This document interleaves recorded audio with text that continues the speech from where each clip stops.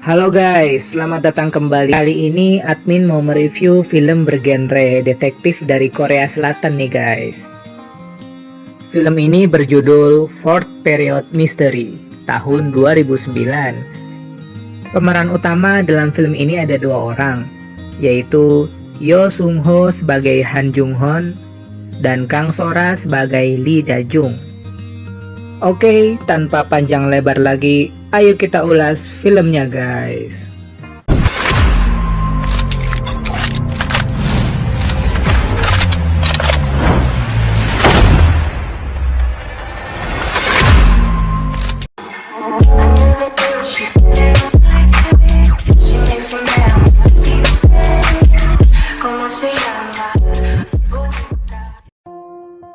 Scene dimulai saat seorang guru sedang mengadakan pembelajaran di dalam kelas. Sedang fokus-fokusnya belajar, tiba-tiba salah seorang murid yang bernama Tu-in mengeluarkan busa putih dari mulutnya dan jatuh pingsan, yang membuat semua orang di dalam kelas itu menjadi panik.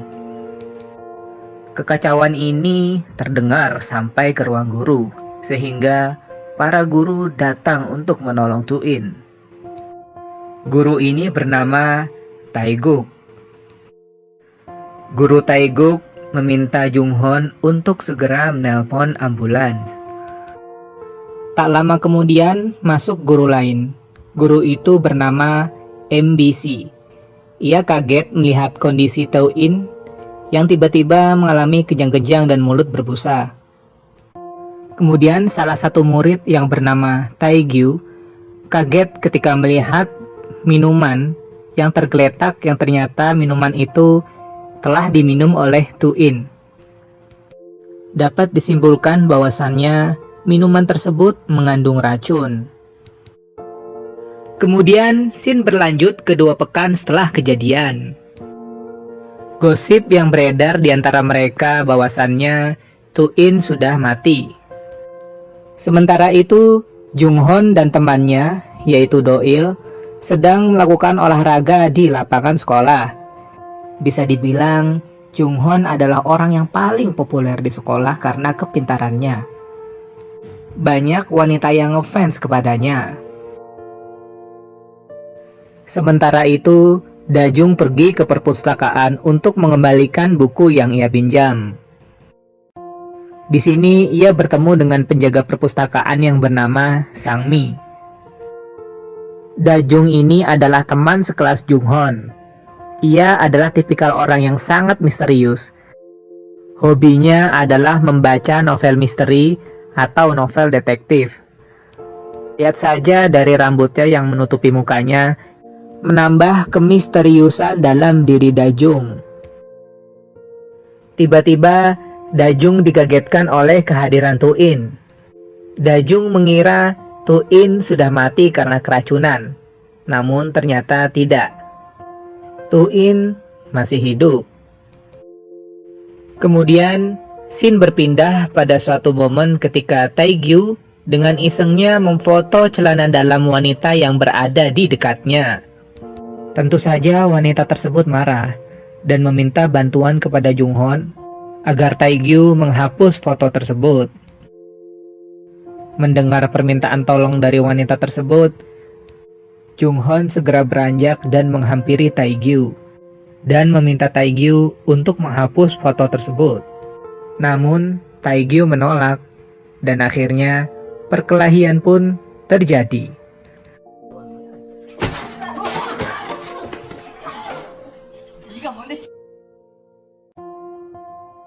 Tak lama kemudian datanglah seorang guru, sebut saja Kim. Ia melerai perkelahian antara Jung Hon dan Taegyu, serta menghukum mereka dengan hukuman membersihkan kelas. Keesokan harinya di ruangan kepala sekolah diadakan rapat guru. Di sini kepala sekolah membahas masalah yang dialami oleh Tu-in. Kepala sekolah menduga Tu-in hendak dibunuh. Namun kepala sekolah memiliki alibi bahwasannya Tu-in hanya sekedar alergi biasa. Hal ini dilakukan semata-mata untuk menyelamatkan reputasi sekolah. Kepala sekolah juga meminta para guru untuk menutup rapat-rapat masalah ini. Hal ini dikarenakan komisaris sekolah hendak datang dan meninjau sekolah ini. Pak Guru Kim meyakinkan kepala sekolah bahwasannya ia akan menemukan pelakunya. Selesai rapat, terlihat guru MBC dan guru Taeguk saling berbincang-bincang dan bercanda. Guru MBC sering menyindir guru Taeguk dikarenakan hingga saat ini guru Taeguk masih belum menikah, padahal usianya sudah cukup tua. Saat jam pelajaran olahraga berlangsung, Taegyu yang bandel tidak mengikuti pelajaran tersebut. Ia lebih memilih di dalam kelas untuk bermain laptop dan handphonenya. Taegyu tidak menyadari bahwasannya ada orang yang mencoba untuk menghampirinya. Ia mengendap-endap ke arah Taegyu dan tiba-tiba saja ia menusukkan pisau ke dalam tubuh Taegyu. Taegyu pun tewas seketika. Di waktu yang sama, di lokasi yang berbeda, terlihat Dajung sangat tidak bersemangat untuk berolahraga, sehingga teman-temannya mengucilkannya dan mengusirnya dari lapangan. Dajung memilih kembali ke dalam kelas. Shin berpindah ke toilet sekolah di mana terlihat Junghon sedang bercermin. Tak lama kemudian, datang Guru Kim. Di sini, Guru Kim meminta Junghon untuk segera kembali ke dalam kelas karena komisaris sekolah akan segera datang. Junghon kembali ke kelas, namun betapa kagetnya ia melihat Taegyu yang sudah berlumuran darah. Junghon mengira Taegyu hanya main-main, tapi ternyata setelah dicek, Taegyu memang benar-benar tewas. Junghon menemukan pisau yang tadi digunakan oleh pelaku pembunuh Taegyu, dan Junghon memegang pisau tersebut. Tak lama kemudian, komisaris pun sudah sampai di sekolah. Di saat yang sama, Dajung, si wanita misterius, masuk ke kelas dan melihat Junghon sedang memegang pisau tersebut. Junghon meyakinkan Dajung bahwasannya bukanlah Junghon pelakunya. Dajung pun percaya. Kemudian Junghon hendak menelpon polisi, namun dilarang oleh Dajung karena semua bukti mengarah kepada Junghon. Jika Junghon menelpon polisi, maka Junghonlah yang akan menjadi tersangka utamanya. Di tempat lain, kepala sekolah berusaha meyakinkan komisaris sekolah bahwasannya sekolah sangat aman dan baik-baik saja.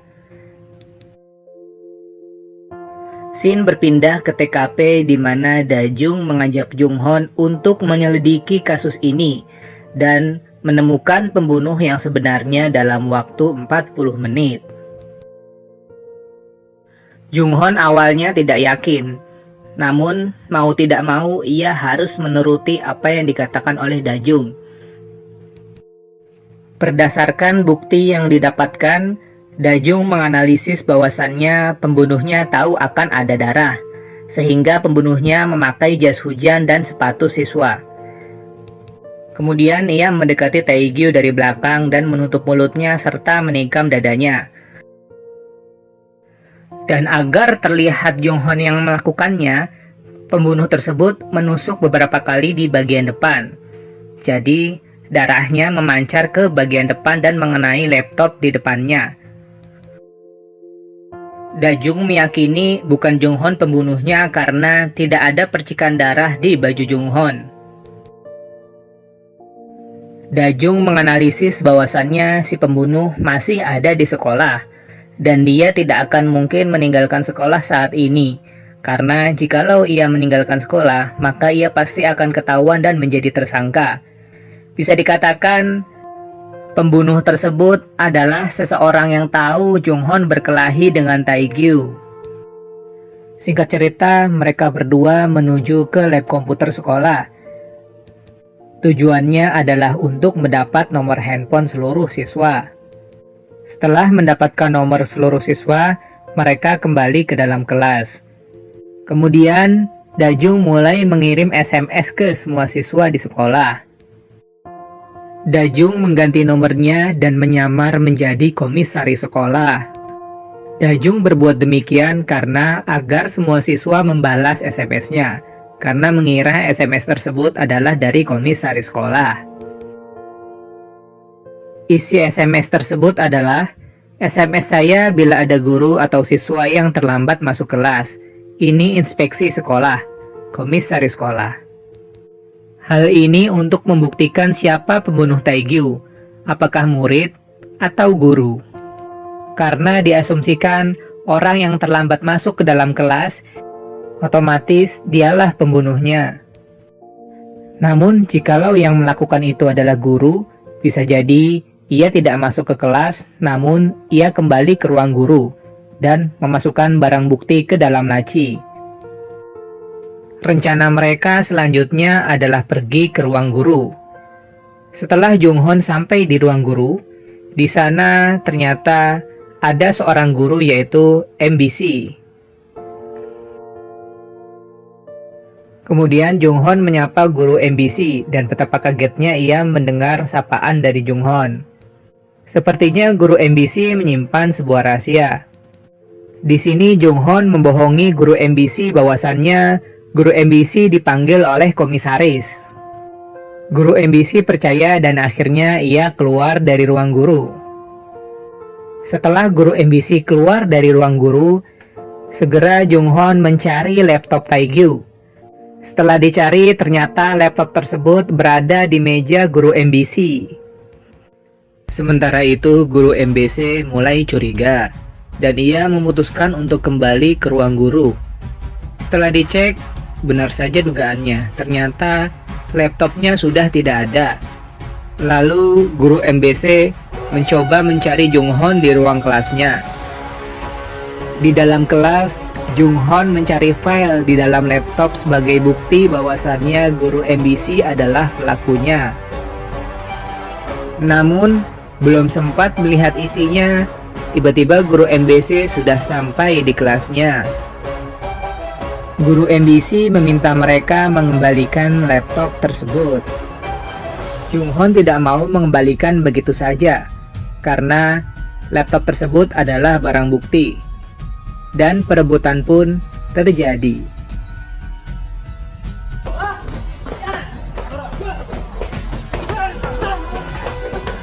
Mereka pun berhasil lolos dan melarikan diri dari sergapan guru MBC. Di kelas yang lain, salah satu fans Junghon merasa ada yang tidak beres dengan Junghon pada hari ini. Kemudian, ia memberikan SMS kepada sahabat Junghon, yaitu Doil, untuk mengecek apa yang terjadi dengan Junghon di dalam kelas. Setelah mendapatkan SMS tersebut, segera Doil mengecek keadaan Junghon di kelas Junghon. Setelah Doil sampai ke kelas Junghon, ia tidak menemukan Junghon di sana. Namun, betapa kagetnya yang ia temukan adalah mayat Taegyu. Singkat cerita, guru MBC berhasil mengejar Junghon dan Dajung hingga ke atap sekolah. Perintahnya pun tetap sama, yaitu guru MBC meminta Dajung dan Junghon untuk mengembalikan laptop milik Taegyu tersebut. Junghon tetap tidak mau mengembalikan dan menuduh guru MBC sebagai pembunuh Taegyu. Guru MBC menyatakan bahwasannya tidak mungkin ia melakukan tindakan seperti itu. Ia akan menjelaskan detail-detailnya kepada Junghon asalkan Junghon mau mengembalikan laptop tersebut terlebih dahulu. Tiba-tiba dari belakang, Doil memukul tengkuk guru MBC dan seketika Pak Guru pun pingsan.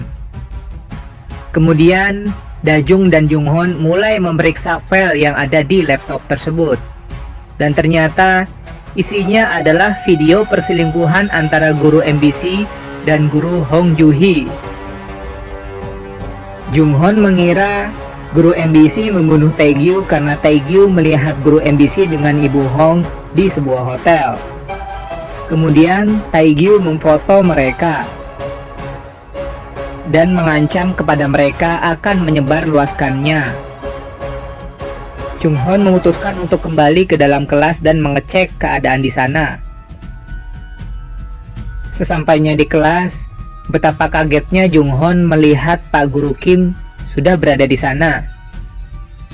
Guru Kim mengira yang membunuh Taegyu adalah Jung-hon, karena sebelumnya Guru Kim lah yang melerai mereka saat berkelahi. Namun di sini Guru Kim mencoba untuk menyelamatkan Jung-hon. Jung-hon adalah anak kesayangan Pak Guru Kim, karena mengingatkannya kepada anaknya yang sudah meninggal beberapa tahun yang lalu. Pak Guru Kim mengorbankan dirinya sendiri dengan mengatakan kepada publik bahwasannya Pak Guru Kim lah sebagai pembunuh Taegyu. Semua ini dilakukan semata-mata untuk menyelamatkan Jung-hon. Saat Pak Guru Kim memegang jasad Taegyu, tiba-tiba sebuah kancing jatuh ke lantai.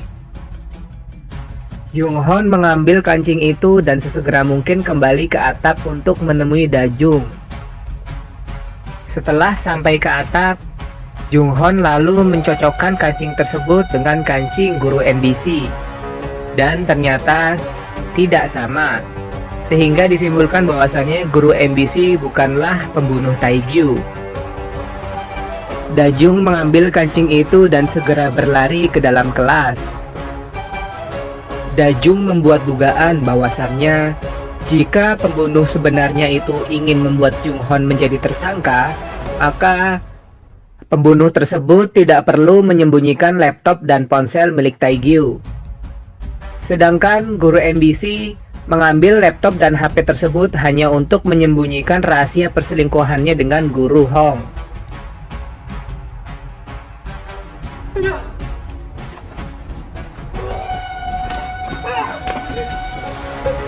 Kita flashback ke momen di mana Choo-in mengalami keracunan. Ternyata minuman yang diminum Choo-in itu adalah pemberian Taegyu. Dajung melihat Choo-in di lapangan dan segera menghampirinya. Dajung bertanya kepada Choo-in bahwa kata-kata apa yang diucapkan oleh Taegyu ketika memberikannya minuman. Choo-in bilang kalau Taegyu mendapatkan minuman itu dari Sang-mi, si penjaga perpustakaan. Tanpa berpikir panjang, Dajung langsung menemui penjaga perpustakaan itu. Dajung menduga penjaga perpustakaan inilah yang mencampurkan racun ke dalam minuman yang hendak ia berikan kepada Taegyu. Penjaga perpustakaan itu dendam kepada Taegyu karena Taegyu sering mengancamnya. Singkat cerita, Dajung sudah sampai di perpustakaan. Penjaga perpustakaan itu heran dan bertanya kepada Dajung apa yang ia lakukan di perpustakaan karena saat ini adalah sedang jam pelajaran sekolah. Tanpa basa-basi, Dajung langsung menanyakan kepada Sang-mi siapa pembunuh Taegyu. Tiba-tiba datang guru Taeguk. Ia menanyakan kepada Dajung apa yang ia lakukan di perpustakaan karena saat ini adalah jam pelajaran sekolah. Disinilah momen di mana kejahatan ini mulai terbongkar. Dajung melihat bahwasannya kancing di lengan jas guru Taeguk hilang satu. Setelah diamati, ternyata kancing tersebut sama persis dengan kancing yang dibawa oleh Dajung saat ini.